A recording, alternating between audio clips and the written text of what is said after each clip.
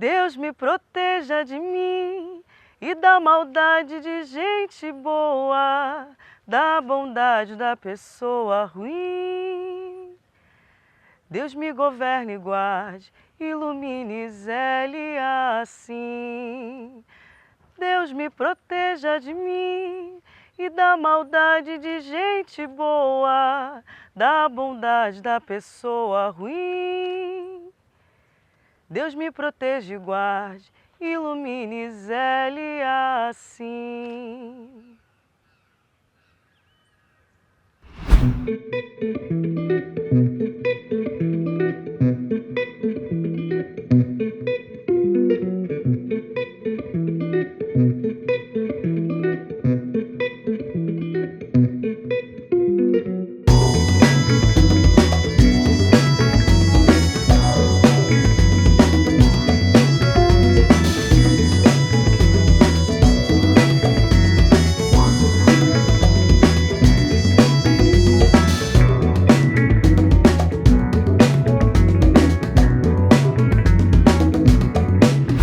Esse é mais um programa Papo na Laje. Eu sou a Dani Câmara. Estamos aqui hoje diretamente do Grajaú, do Morro da Nova Divinéia, para bater um papo sobre fé e política.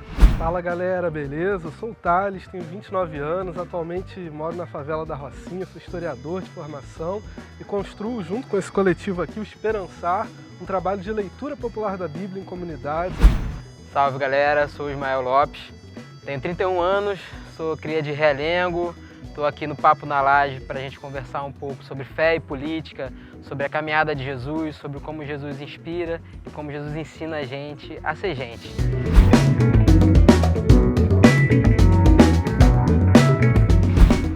Esse é mais um programa Papo na Laje. Eu sou a Dani Câmara. Estou aqui hoje com o Ismael, lá do Morro Cosme Damião de Realengo, e estou aqui com o Thales, lá da Rocinha, para a gente bater um papo sobre fé e política, a partir da figura de Jesus Cristo. Eu sou o Ismael, o Dani já falou, né? Sou lá de Realengo, vividão, criado em Realengo, crente desde que nasci, das Assembleias de Deus, na adolescência virei batista, e aí desde então estou pensando sociedade, pensando igreja, pensando mundo a partir de Jesus. E aí acho que esse papo vai seguir nesse caminho de como a gente projeta uma sociedade mais justa a partir do que Jesus fez, nos ensinou e do que falou pra gente ser. Então acho que o papo vai ser bom seguir nesse caminho. Maravilha! Oi Dani, prazer estar te conhecendo aqui hoje. Ismael, foi uma surpresa, cheguei aqui, não sabia que seria com o Ismael, desde cara com um grande amigo, alegria. Sou Thales, estou tendo essa experiência na Rocinha não tem muito tempo, né? Fui nascido e criado em Petrópolis, vim pra cá, então do frio para um calorzinho gostoso. De formação, sou historiador.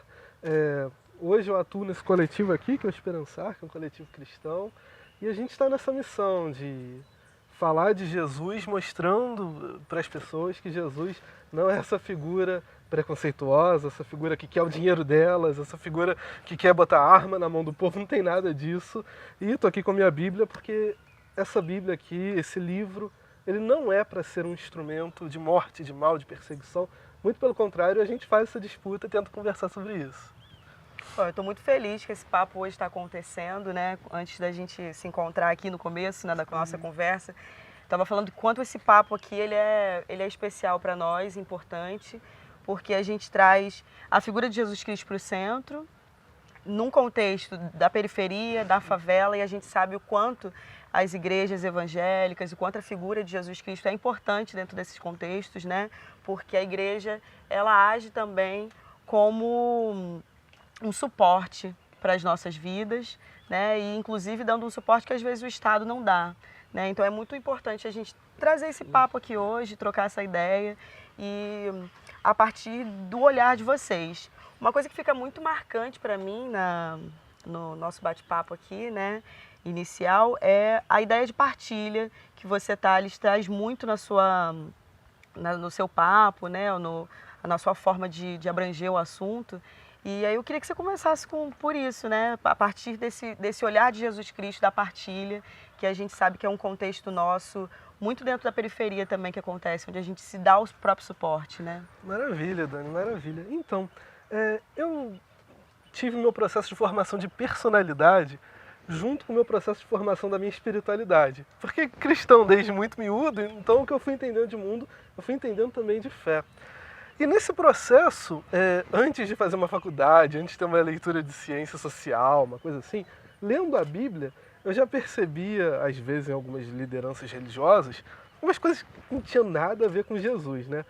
E uma das coisas que me incomodava bastante era quando eu via uma teologia bem confusa, para ser aqui generoso, sobre dízimo e sobre ofertas. E na prática o que acontecia é que a gente tinha grandes lideranças, grandes pastores, não vou citar nomes, mas muito ricos. E eu ficava olhando, caramba, esse pastor aqui morando numa cobertura, com uma BMW. E aí eu abro a Bíblia, eu olho para o meu Cristo, sabe, em determinado momento falou, não tem onde deitar a cabeça. Mas esse meu Cristo, ao passo que ele não tinha onde deitar a cabeça, ele nunca deixava alguém passando fome perto dele. E eu parava para pensar, cara, tem alguma coisa de errado aí, sabe? Isso não está certo, não está certo. Eu comecei a estudar mais a Bíblia, isso tudo muito moleque ainda, jovem, 15 anos e tal. E eu comecei a observar na igreja de Atos dos Apóstolos, particularmente quem curte aí ler a Bíblia, no capítulo 4 do livro de Atos, a gente vê uma igreja, né, Ismael, que partilhava de tudo que tinha. Vamos supor, Dani, eu tenho uma bicicleta. E eu me converti, eu quero ser um cristão, estou lá naquele período histórico de Atos dos Apóstolos. Eu tenho uma bicicleta. Ismael, muito elegante, tem uma Ferrari. A gente entra ali para aquela comunidade, eu dou a minha bicicleta, Ismael dá a Ferrari dele, e aquela comunidade vive com seus pertences de modo igual, né? E aí, 2000 anos depois, né, no 2022, comecei a perceber a galera chamando isso de comunismo. Eu falei, cara, será que eu li a Bíblia tão errado assim? Então eu vejo em Cristo e no texto bíblico, a partir do texto bíblico, um Cristo preocupado sempre em partilhar para que todos tenham, de acordo com a sua necessidade, e vivam uma vida digna, né? Ao passo que eu não via isso tanto em algumas igrejas. E aí eu comecei essa minha busca por encontrar isso na prática, e hoje eu vejo muito mais isso na Rocinha, numa comunidade, por conta disso que você disse, né? Na comunidade, esse microcosmo social, ele é um lugar que possibilita a existência, a sobrevivência de gente que, se não estivesse ali, possivelmente estaria ou na rua, ou não teria dinheiro para comer. Aqui no nosso caso, Rio de Janeiro, né? A gente sabe o quanto custa um aluguel. Então, a favela é um modo de existência.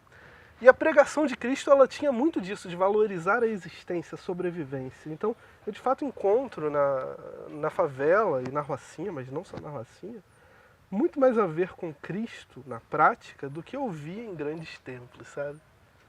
Eu acho não, né? A partilha, ela é um princípio básico da fé cristã, porque a fé cristã não nasce com o intuito de se tornar uma religião. Ela nasce como projeto de sociedade. E aí, eu sempre falo isso, né? Quando vou celebrar ceia, por exemplo, tal, de que mais importante do que o pão e o vinho é a mesa. Sim. É onde a gente tem um espaço para que todos e todas possam sentar e ali fazer a partilha do pão. Porque Jesus é reconhecido nisso. Tem um episódio bíblico, né, que é um episódio famoso, são os discípulos no caminho de Emaús. E aí Jesus tinha morrido, sido assassinado pelo Estado autocrático, né, e tinham dois discípulos caminhando, saindo de Jerusalém. Jesus tinha pedido para ficarem em Jerusalém, não saírem até que ele voltasse, né, até ter a ressurreição e tal.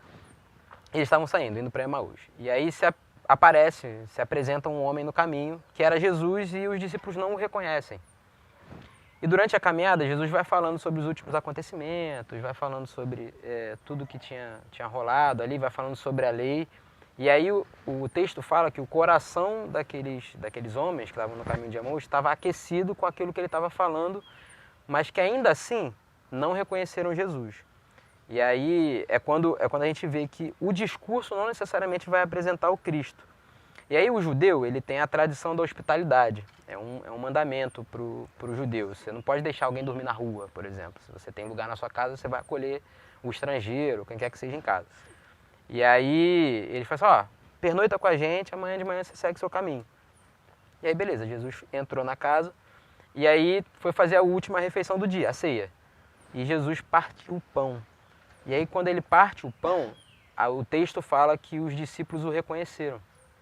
Ou seja, a fé cristã, ou o próprio Cristo, não é reconhecido num discurso que eu defendo, ou Tales, ou quem quer que seja a liderança. A fé cristã é reconhecida na partilha.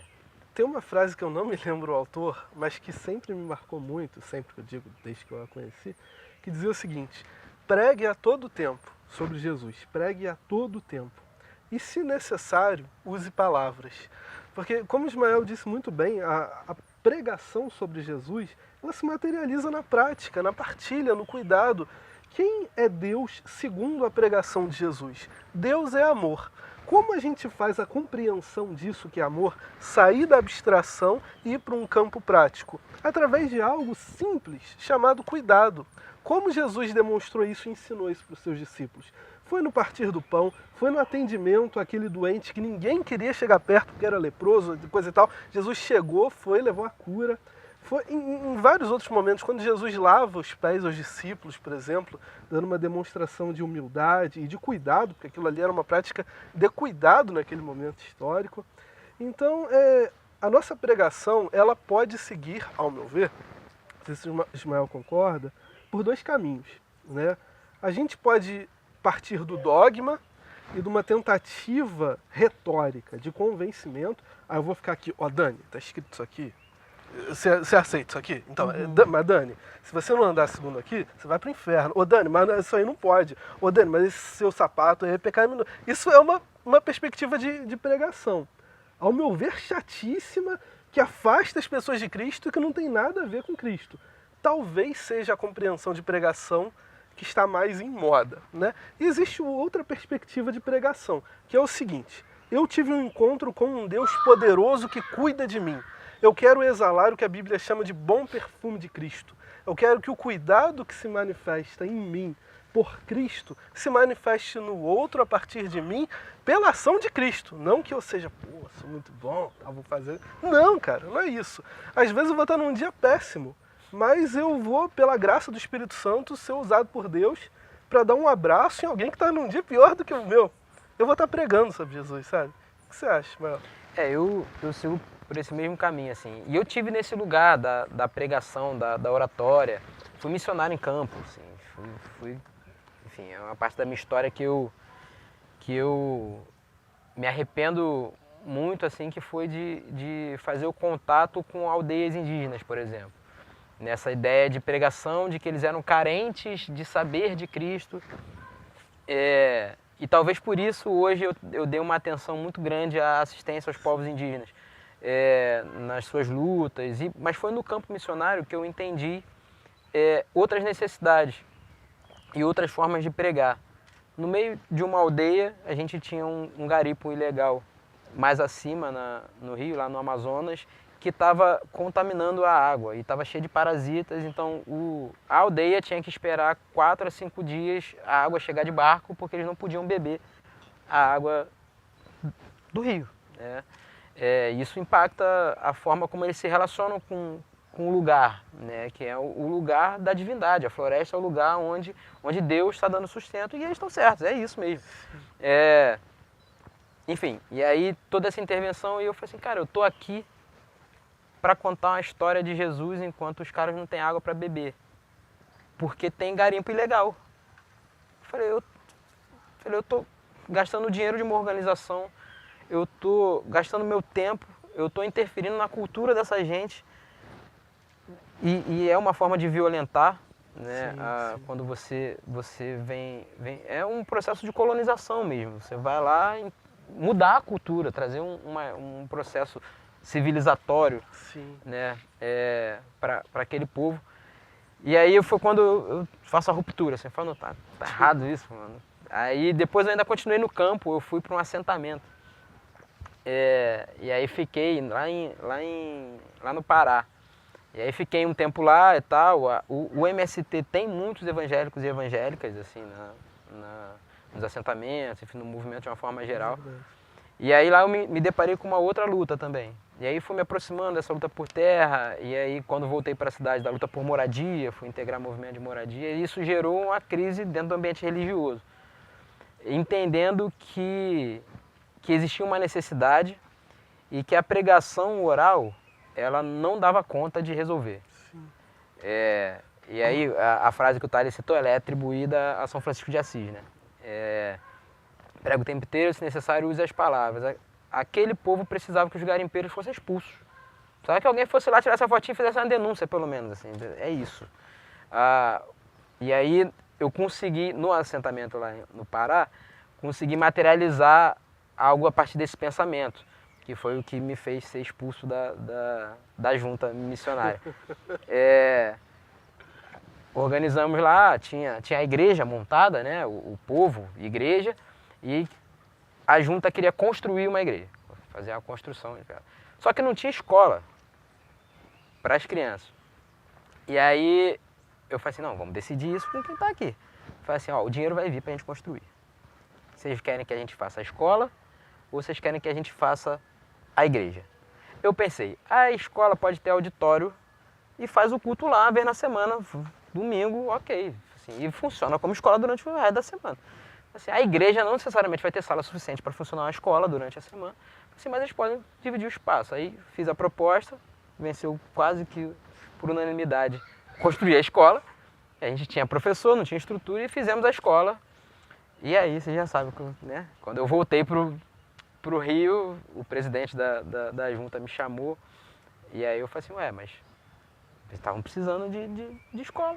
Eu falei assim, mas era para fazer a igreja. Eu falei assim, mas é a igreja está lá. Assim, a igreja são as pessoas. Eu falei assim, não, mas e a construção? Eu falei assim, tá feita, ó, tá tudo aqui, a prestação de conta, tá tudo direitinho. Ele, não, mas não é uma igreja. Eu falei assim, eu acho que você entendeu igreja diferente do que Jesus ensinou. A igreja são as pessoas. Elas vão usar o espaço como elas entenderem melhor. E elas entendem que o melhor agora é garantir uma estrutura para educar suas crianças. Então a gente fez o que o povo de lá decidiu. E aí, enfim, toda a discussão, porque para mim é a resposta de Jesus para os discípulos, quando os discípulos falam assim, vamos embora, porque tem gente com fome. Manda essa galera para sua casa, cada um para o seu canto, porque tem gente com fome. E Jesus fala assim, dai voz de comer. Então assim, tem gente com fome, dai voz de comer. Tem gente com déficit educacional, resolve o problema, ajuda a construir escola, cobra o Estado, porque isso é responsabilidade do Estado. O mais importante é isso, seja a voz de quem não tem voz, vai lá brigar. Então, dai voz de comer, dai voz à educação, dai voz à intervenção política para que isso possa ser garantido para todos e todas. E depois a gente se preocupa com pregar, com a questão filosófica da fé, existem coisas mais urgentes e necessárias. Fala galera, que bom que vocês estão aqui com a gente acompanhando mais o programa Papo na Laje. Aqui nós temos um QR Code, você pode acessar, seguir a gente nas redes sociais, se inscrever no canal do YouTube, vem com a gente. O Bolsonaro, ele hoje representa uma forma de pensar que, na minha leitura, a partir do texto bíblico, é o pensamento do anticristo que Paulo fala. Ele é o exato oposto da pregação de Jesus, ele é a antítese de tudo aquilo que a gente defende.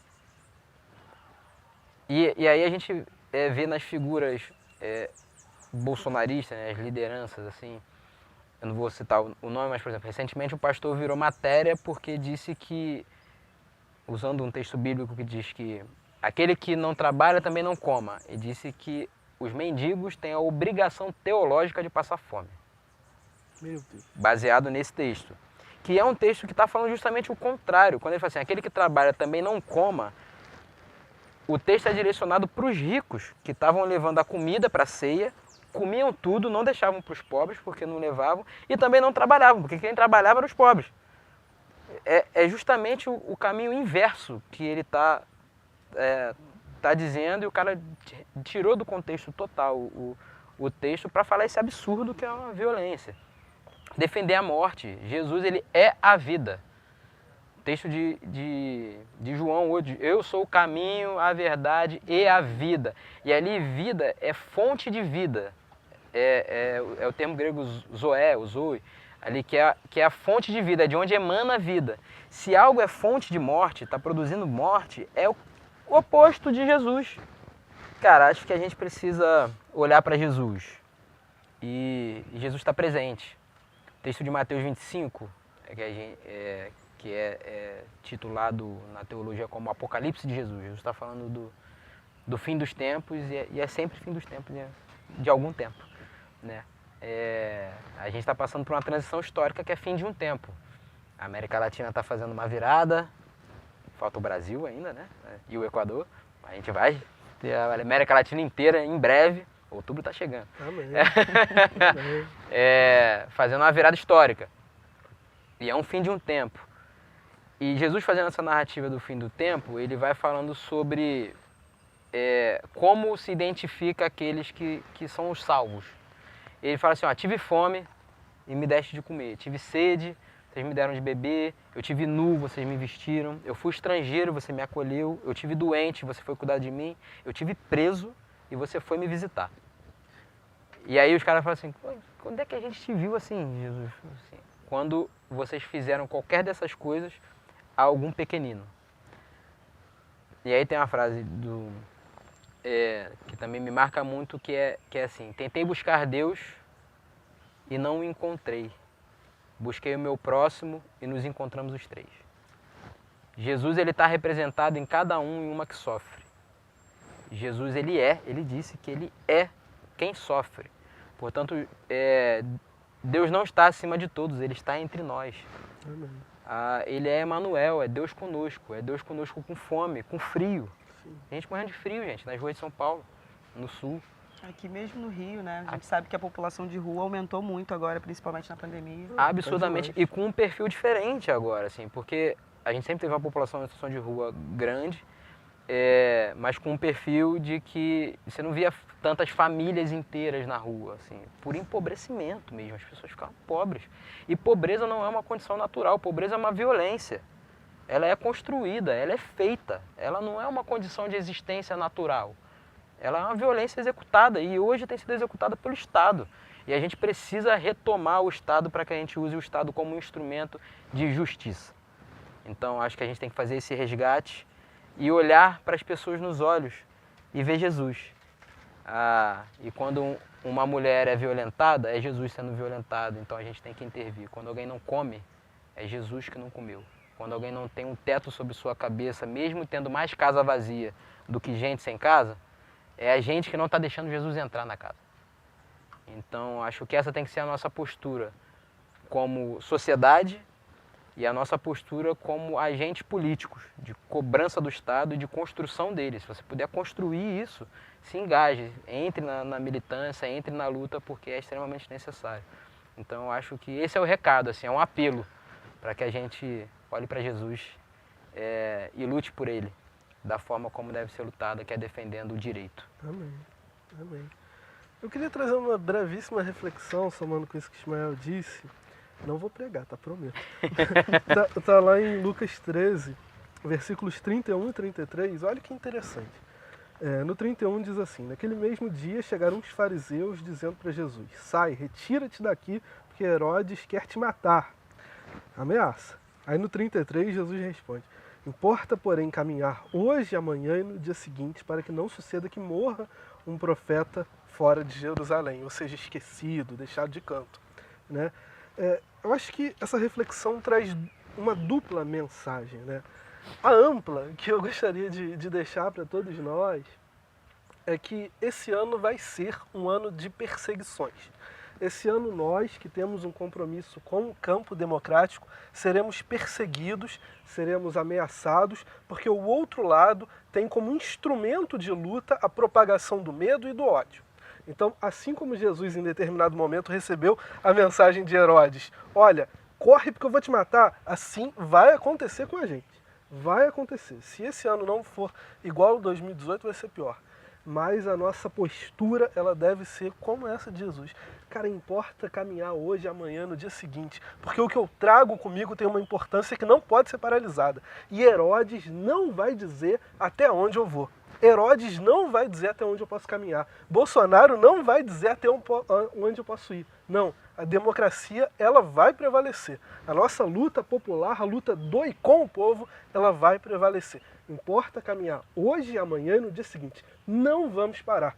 E eu também gostaria de trazer a mesma reflexão, mas particularmente para a galera igual nós, assim, crente desde pequenininho, ou de recente, não sei, mas que seja crente mesmo, né? Eu particularmente detesto que me chamem de cristão progressista, porque isso é uma maneira de me colocar num nicho e me tirar de uma coisa que eu vejo como o corpo de Cristo. Eu sou crente, estou no corpo de Cristo e só. Mas para essa galera que se reivindica quanto cristã, assim como nós, eu queria dizer que, além disso tudo que eu disse que vão fazer contra nós do campo democrático, com você ainda vão fazer pior. Porque quando você for para a Bíblia e falar de Jesus, vão te deslegitimar enquanto cristão. Porque cristão nesse status quo atual é ser bolsonarista. Ser cristão nesse status quo atual é defender a pauta reacionária e conservadora. É defender o que Bolsonaro diz que tem que ser defendido. Não defender o que Cristo diz que tem que ser defendido. E aí, para você, eu também traria a mesma reflexão. Meu irmão, minha irmã, importa caminhar hoje, amanhã, no dia seguinte. Não vai com esse papinho furado de, sabe? Não vai por um partido, não vai por um quadro político. Quem morreu na cruz por você foi Jesus, meu irmão. Então, assim, para de besteira. Jesus não pode dizer, o Bolsonaro não pode dizer para você quem você é em Cristo. Não. Quem morreu na cruz por você foi Jesus. Jesus diz quem você é em Cristo. Em Cristo você é mais do que vencedor, não importa o que um partido, um quadro político diga. Caminha, hoje, amanhã, no dia seguinte, vai. Vão tentar te deslegitimar enquanto cristão? Vão. Defende a democracia, defende a autenticidade da tua fé, sem se importar com o que essa direita brutal que impõe medo vai dizer para você.